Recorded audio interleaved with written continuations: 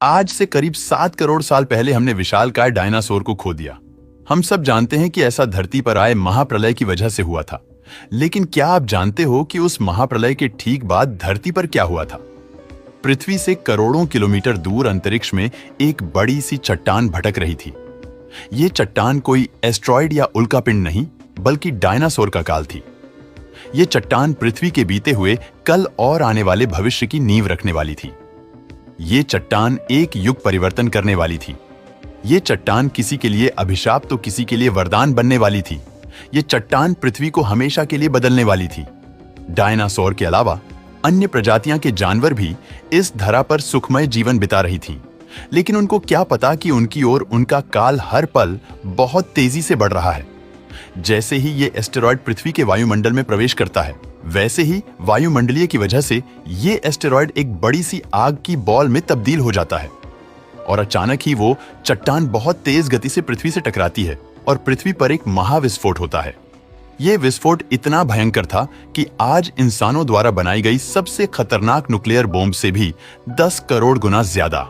ये asteroid Mexico के तट के पास, जहां पर पानी की गहराई बहुत ही कम थी, वहां पर टकराता है और वहां पर मौजूद पानी तुरंत ही भाप में तब्दील हो जाता है।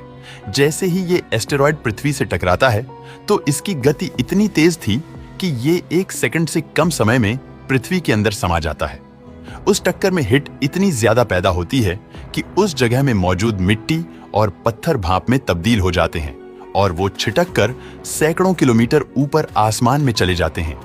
जहां पर ये एस्टेरॉयड टकराया था, उसके करीब 1000 किलोमीटर के रेडियस में तापमान 600 डिग्री सेल्सियस तक पहुंच जाता है और उस एरिया में मौजूद डायनासोर पल भर में भाप में बदल जाते हैं। इंपैक्ट से पैदा हुई शॉक वेव इतनी तेज थी कि डायनासोर की स्किन निकलकर भाप बन जाती है। ब्लास्ट में पैदा हुई हिट से पेड़ पौधे तुरंत सूख जाते हैं और जंगलों में आग लग जाती है। इस एस्टेरॉयड ने डायरेक्टली पृथ्वी के एक छोटे से एरिया में मौजूद डायनासोर को खत्म किया था, लेकिन तबाही का असली मंजर तो अब शुरू हुआ था। पृथ्वी के एक छोटे से एरिया में हुए इस ब्लास्ट ने पृथ्वी पर एक चैन रिएक्शन को शुरू कर दिया। एस्टेरॉयड के टकराने की वजह से जो मलबा आसमान में गया था, वो अब आंख के गोले बनकर आसमान से हजारों किलोमीटर दूर उन जगहों पर बरस रहा था जहां तक इंपैक्ट की डायरेक्ट हिट नहीं पहुंच पाई थी। और इंपैक्ट से हजारों किलोमीटर दूर मौजूद डायनासोर पर वो मलबा कहर बनकर बरसा आसमान से बरस रहे। आग के गोलों ने जमीन के साथ साथ आसमान में उड़ रहे डायनासोर को भी तबाह कर दिया। लेकिन असली कयामत तो अभी आनी बाकी थी। ये तो बस शुरुआत थी। टक्कर इतनी भयंकर थी कि जगह जगह भयंकर भूकंप आने लगे थे, जिसकी वजह से समुद्र में बड़ी बड़ी लहरें बनना शुरू हो गई, जिन्होंने एक भयंकर सुनामी का रूप ले लिया और समुद्र इलाकों को हजारों किलोमीटर अंदर तक भयंकर सुनामी ने अपनी चपेट में ले लिया और डायनासोर और अन्य प्रजातियां देखते ही देखते खत्म हो गई। लेकिन कयामत अभी नहीं रुकी थी। इंपैक्ट को महज 5 मिनट से भी कम का समय हुआ था और पृथ्वी के एक हिस्से में मौजूद जीवन पूरी तरह से तहस महस हो चुका था। लेकिन पृथ्वी के दूसरे हिस्से में इस महाप्रलय की कोई भनक ही नहीं थी। पृथ्वी के दूसरे हिस्से में मौजूद डायनासोर रोजमर्रा की जिंदगी जी रहे थे। उन्हें इस चीज की भनकी नहीं थी कि पृथ्वी के दूसरे कोने में महाप्रलय का आगाज हुआ है और एक शक्तिशाली दुश्मन उनकी ओर तेजी से बढ़ रहा है। इंपैक्ट की वजह से आसमान में धूल के बादल छाने लगते हैं और देखते ही देखते वो धूल के बादल पूरी पृथ्वी को चारों ओर से घेर लेते हैं।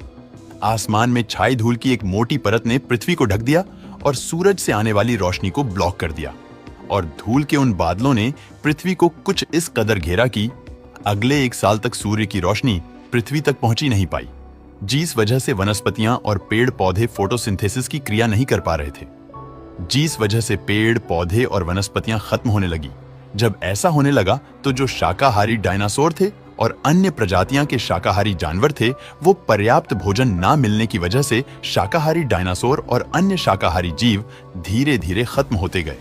जब ऐसा हुआ तो इसका प्रभाव मांसाहारी डायनासोर और अन्य प्रजातियां के जीवों पर भी पड़ा, क्योंकि फूड चेन पूरी तरह से टूट चुकी थी, जिस वजह से वो भी धीरे धीरे अपना दम तोड़ने लगते हैं और देखते ही देखते डायनासोर पूरी तरह धरती से विलुप्त हो जाते हैं और डायनासोर के राज को पूरी तरह से खत्म कर दिया।